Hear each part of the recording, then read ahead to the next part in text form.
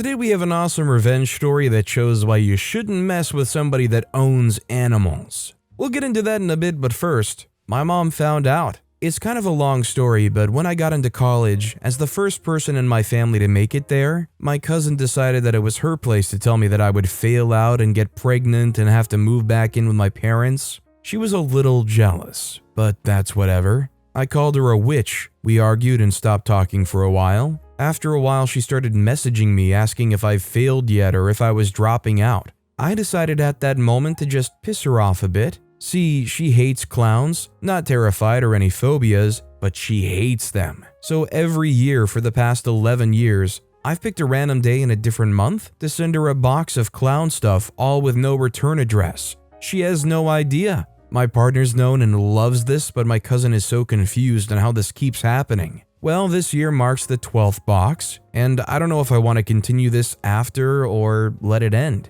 But I was talking to my mom and mentioned that it was time, and I forgot I never told her what I'd been doing. She laughed, but thinks it was so wrong. But I'm still okay with it. I mean, hey, it honestly is not that harmful, and they were an incredibly huge jerk to you. Although I do think that sometimes some good things do have to end. It's probably gone on long enough. Also, hi, I'm Steven, and if you enjoy awesome stories of revenge, why not hit those like and subscribe buttons down below? That said, our next story is Make Fun of Me for Being Colorblind? Too bad you can't afford your food. I worked at a grocery store for a bit. I was 17-year-old male at the time. Next in line was a woman who looked like she was in her mid-40s. So she was with her kid and behind me some toys because it's the middle of December. Her kid points at the toy dragon behind and says she wants the green one. I gulped because there were different colored ones in the same shape. The mom asks me to hand it to her. I say yes and try to pick out the right color, but pick up a red one. The only reason I knew it was red was because the nice man behind me pointed it out before this witch could.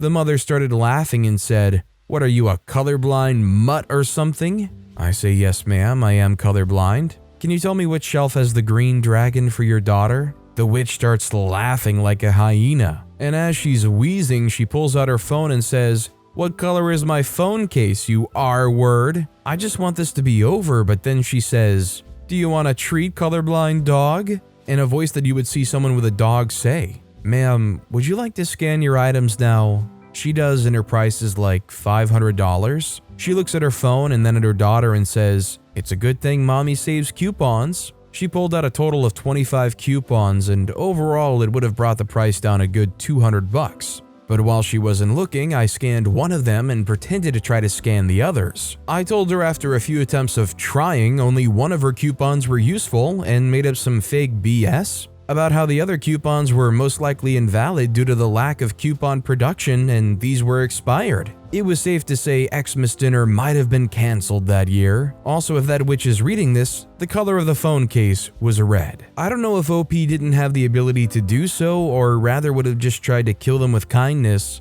but I would have liked to have seen OP just tell them to leave, kick them out. They don't deserve to treat you that way. Our next story is, he sold my birthday present, so I made him buy back his tech. This is kind of an old bit of revenge. Think when PlayStation 3 and Xbox 360 were still new, and when I was learning the hard way, again, about dating total pieces of crap.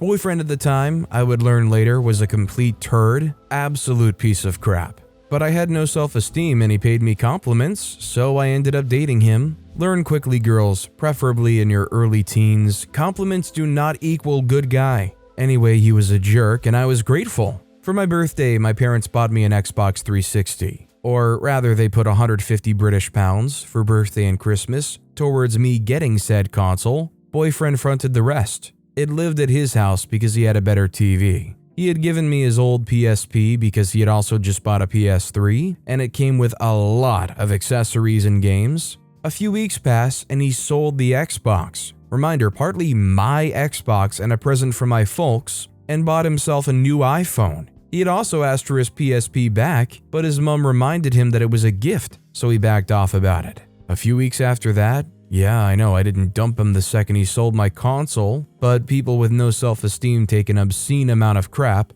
I found out that he was cheating on me. He worked in the British equivalent of GameStop at the time. So I sold his PSP and all its bits piece by piece to the shop he worked in. Admittedly, I didn't get much for it, but I did get to enjoy his coworkers grinning as they bought it all. He had pissed a few people off there too. I also got to enjoy knowing that it would have cost him more than £150 to get all the bits back. Yes, it may have been petty, but it was satisfying. I would say he deserved that, but honestly, OP deserved better than that. You know, the GameStop equivalent prices. Anybody that's in the know knows that they pay absolute bottom value. I mean, I get it, they're a reseller, so they've got to make a profit. But man, it feels like you walk in there with gold and walk out with pennies. Our next story is 0-second timer. I feel kind of bad about this one. I'm technologically apt, and some of my colleagues are not. I wind up as an unofficial liaison between our official IT group and my office because I speak IT,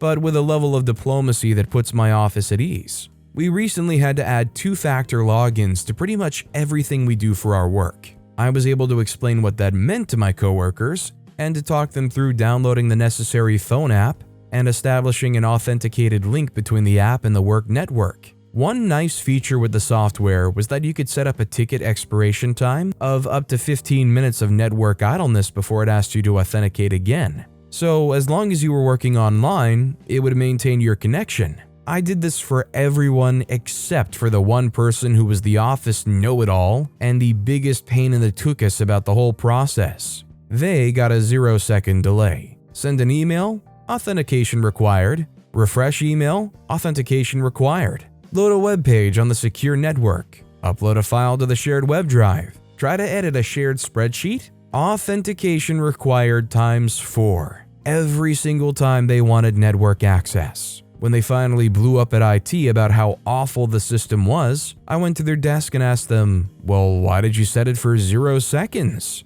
I reset it to 2 minutes. OP is playing a delightfully petty game here. They just made it just slightly less annoying, but still plenty annoying at 2 minutes. Two-factor is a great security method, but let's be real. When you have to enter it every single time you log in or try to do something, you get pretty sick of it real quick. Our next story is, be a jerk? Fine, I'll take your party. Backstory, I live in an urbanized area. Most people's only option is street parking, as most residences do not have private driveways. A guy recently, last 6 months, moved into the apartment building across the street and is running his construction business out of it. He owns 4 large trucks, 3 with out-of-state plates and 1 in-state commercial plate. Because he's so inconsiderate, he double parks his trucks so he can get in and out of spots easily, and takes up about 7 spots total, completely screwing everyone else over that lives in the neighborhood. Last week, I asked him to be considerate of the rest of the neighborhood,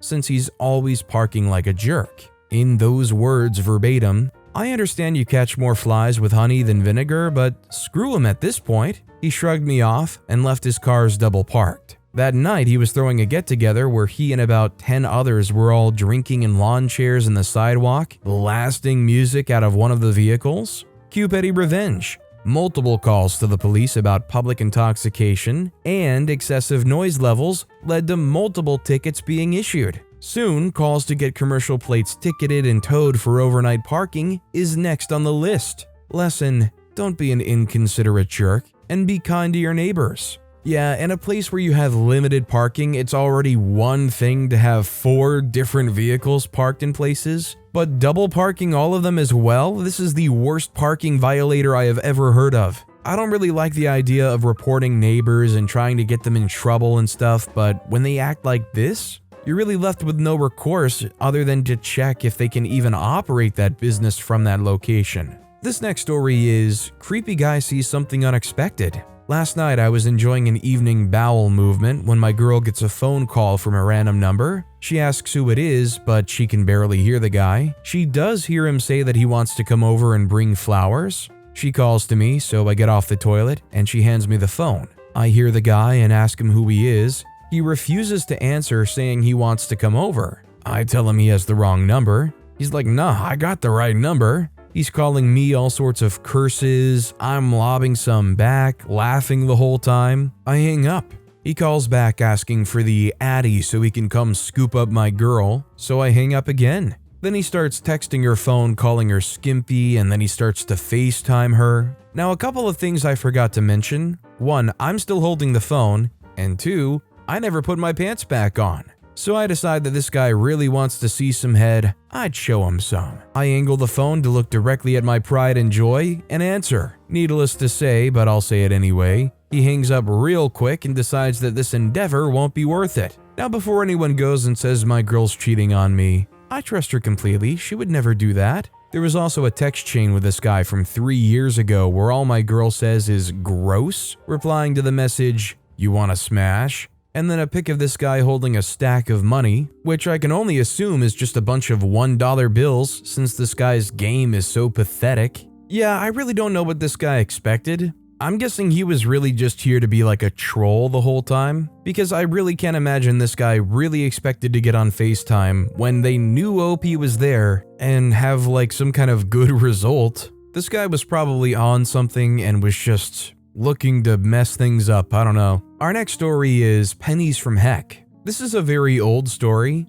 Back in the 70s when I was a young teen, a girlfriend and I went hiking. Afterwards, we took a bus into town and stopped at a mall drugstore for soda. We were kinda grubby in hiking clothes, but not obviously smelly. We were planning on buying Gatorade. A woman at the store confronted us and said she was watching us so we wouldn't steal anything. We left in embarrassment. Then I remembered I had an account at a credit union in the mall. I got $5 in pennies there. We went back to the drugstore and got a 6-pack. We dumped the pennies on the counter in front of the rude clerk. She refused to count them and we made a fuss. The manager came and took our side, so she got to count a lot of pennies. Honestly, I'm not gonna lie, I'm surprised the manager came and saw 500 pennies and was like, "Yeah, we'll accept those, count those up." Maybe they didn't have too much business or there wasn't much work to do that they could accept counting 500 pennies, but the only kickback is, doesn't OP have to wait around until they verify that all 500 pennies are there? This next story is copped an earful, but worth it. For context, my wife and I love each other very much, but like every couple, we can occasionally blow up over nothing really. So I run a number of small businesses as a side hustle. I keep my wife informed of pretty much every major decision. The minor routine stuff I just deal with, as they're not important enough to bring up unless conversation goes that way at the dinner table. We were enjoying time together, and I, as a loving husband, informed her of this particular minor routine issue that happens all the time with the side hustle. She blew up, for what I can tell, no good reason at all, accusing me of just keeping her out of the loop. This is a 10-minute job, by the way. I was extraordinarily confused, especially since I just opened up and told her about the non-issue I dealt with. I thought she would be happy I'm taking on extra responsibilities and stress so she doesn't have to deal with it. Her job is a doctor and it's stressful enough. Needless to say, I was wrong. I'm not looking for an argument, but she just kept coming at me over it. So calmly, I say, "What is it you want me to do? How can you feel more included?" She asks me to send her all the email communications so she can stay on top of everything mentally. No problems. Here comes the petty revenge. I forwarded her hundreds of emails over the last couple of months. Issues I dealt with, responses from suppliers, tax accountants. Even if we already had the conversations previously, she got the emails. Every single one. Even if it was rubbish. I copped an earful the next day, to which I responded, "You wanted to be informed. Petty revenge complete." A kiss and a cuddle later, we're all good, but I had some fun with it. I'm really glad to hear a story like this that ended with OP saying a kiss and a cuddle later. I mean, I guess it comes with the territory of reading these revenge stories, but a lot of times, even when it comes between couples, you don't have such a lovely, easily move past it type ending like this. Our next story is Petty Penny. A recent post reminded me of this. Not my story per se, but I was very much involved. Years ago, I worked in a civil court. I can't remember the details of this particular case other than it was a neighbor dispute. The plaintiff was awarded judgment and the defendant had to come to courthouse to pay the debt. As soon as I saw him, I chuckled and thought, what the freak? Because he came in with a wheelbarrow hauling a huge burlap sack, which I soon found out was full of pennies.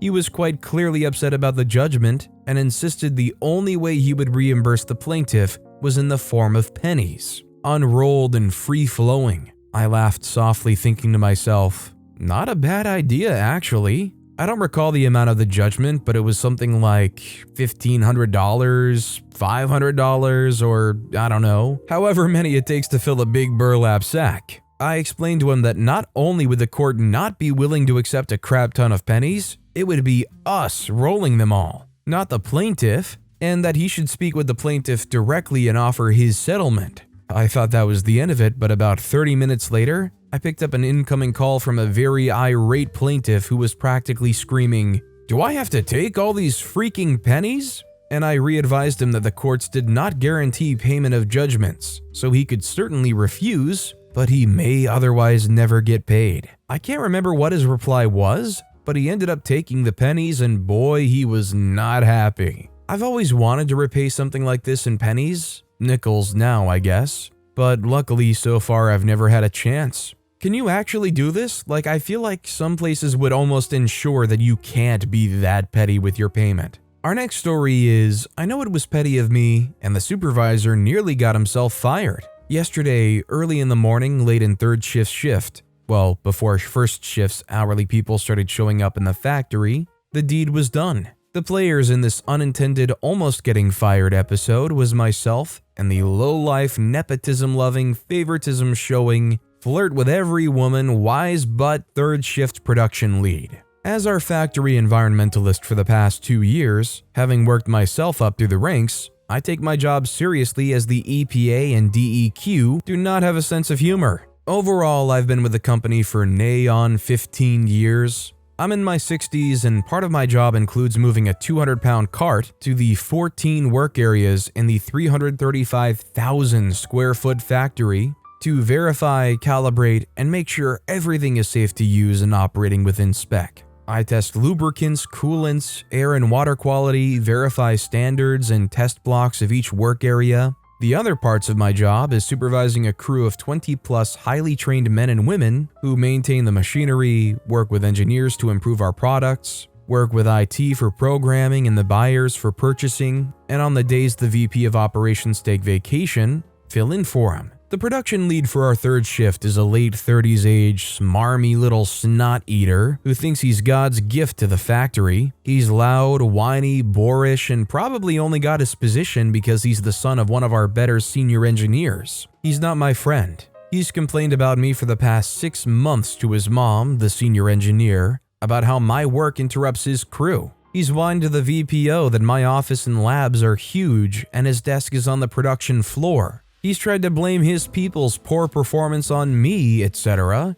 You get the picture. Yesterday, I parked my testing cart near module number 7, unlocked the doors, and pulled out one of the testing trays I use. I went to the front of the machinery and told the operator he could take a break for 15 minutes while I worked on his machine. He was happy to go outside for a smoke. He took off his PPE as I started up his machine for testing. It's a little loud, but I wear earplugs and ear muffles, and I begin my routine of checks on this module. There's nothing wrong as this operator is a good one and takes good care of it. In just over 10 minutes, I've completed all the testing and the operator comes back. We spend a minute with small talk as I take the machine out of diagnostic mode and put it back to where he was, and in less than the 15 minutes I gave him, we were back in production. I pick up my tray and walk back to where I parked my cart. It's not there. It's missing. It's a cart with testing equipment worth a little over $200,000 and it's not where I left it. Oh crap.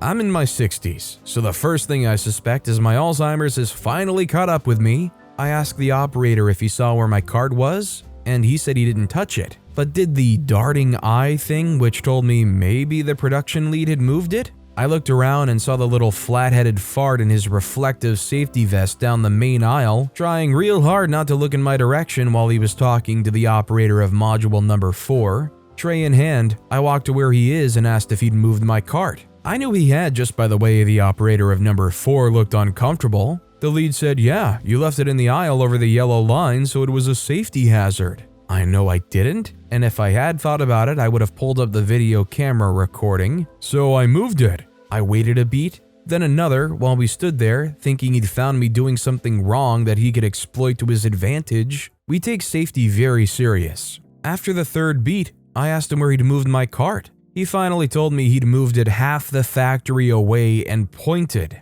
Seriously, I'm in my 60s with a bad knee, and half the factory away is a long walk. He then nodded to the operator and went off to not do whatever he was supposed to be doing, and I went to get my cart. I'm not a complainer. I'm a conservative from the last century where men take care of their own problems. You know I wouldn't say anything to his boss, or HR, or my boss. Don't misunderstand. I'm not milquetoast. If you violate one of our safety or environmental SOPs, I'll rain heck down with quiet ferocity and escort your fired butt out of our factory. I've done it a dozen times in the 2 years I've held this position. I manage the way I manage and it seems to work. The stage is set for the petty revenge. I may be in my 60s, but I'm still a gamer, into VR, former director of IT, and a 14-year-old at heart. What the fart smeller who moved my cart didn't know was I'm still very good with computers. His desk was positioned in the pod of desks for production leads for every shift,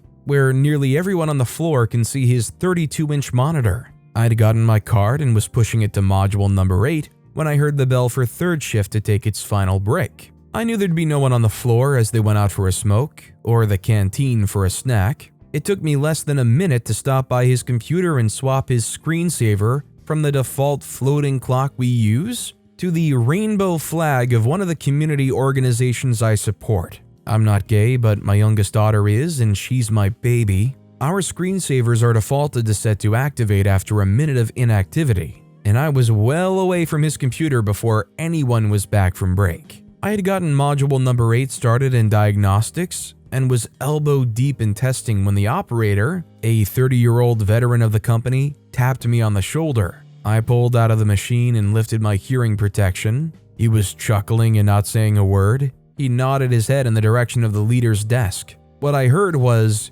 "Who put that queer stuff on my freaking computer?" As I'd hoped, he didn't know a lot about computers and didn't know how to change his screensaver, but I didn't think he'd be stupid enough to scream out that stuff, as we have several people working for us who are gay or bi. As long as they show up every day, do professional work, why should we care about their personal life? He was raving. I was savoring. I listened for just long enough to be a witness to his outbursts, if asked, then put my headgear on and went back to work. This narrative has gone on long enough, so I'll jump to the end of the story. His loud proclamation was heard by 2 people who were offended and turned him into his boss, and 1 who turned him into HR. By the time first shift started, he'd been written up at level 3, skipping level 1 and 2, probation, and any violation in the next 12 months gets him fired, no bonuses or pay raise while on probation, and has to attend 12 hours of sensitivity and inclusion training at the local community college. No one asked me who put the screensaver on his desk,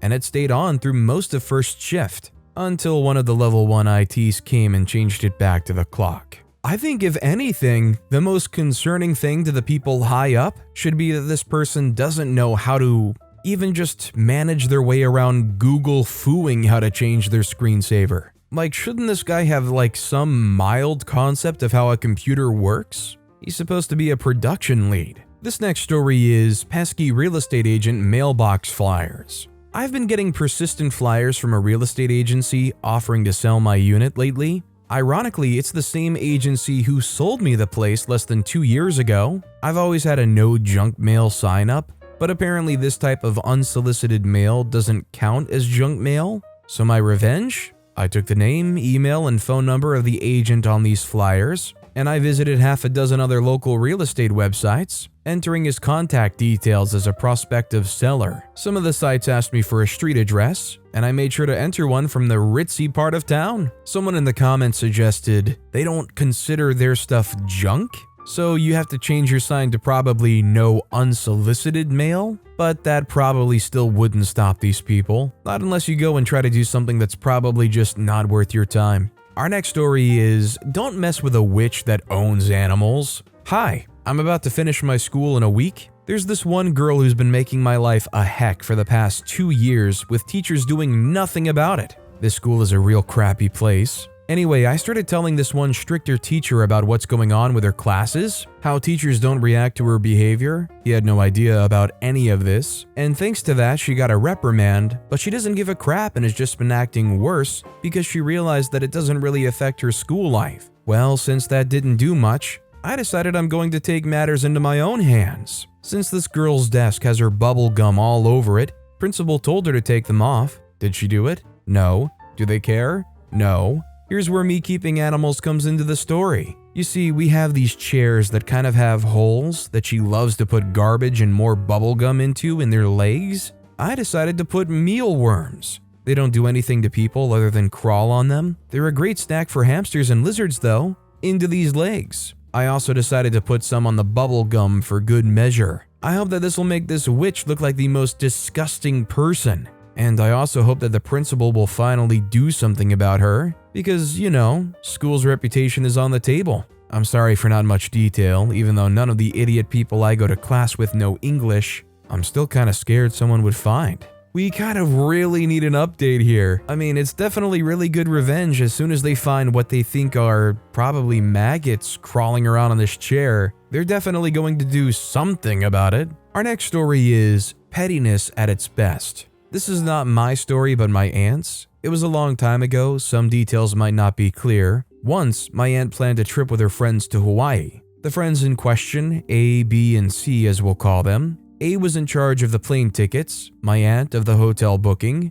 C and B would pay the travel and sightseeing expenses, each paid for their own food. These were divided between them when they planned the trip, so that they wouldn't have to worry too much. So on the day of the flight, my aunt meets them in the airport, they talk, etc. When it's time to board the flight, A says to my aunt that she and B and C have gotten upgraded to first class. My aunt thinks, okay, no problem. Maybe it was their credit card or something that they got upgraded. But she feels all three could not have gotten it together. Then when they landed, C and my aunt go to the toilets, where C lets it slip that A had gotten them first class tickets but not for my aunt. My aunt was angry, but she kept calm. I guess my aunt had informed them beforehand she had a beach house there, so this was my aunt's hotel booking, as you see. But my aunt goes to them like, I'm sorry, but the house is going through renovation. Maybe some other day we could go. So now everyone has to book a hotel, while A, B, and C book the hotel for 10 days,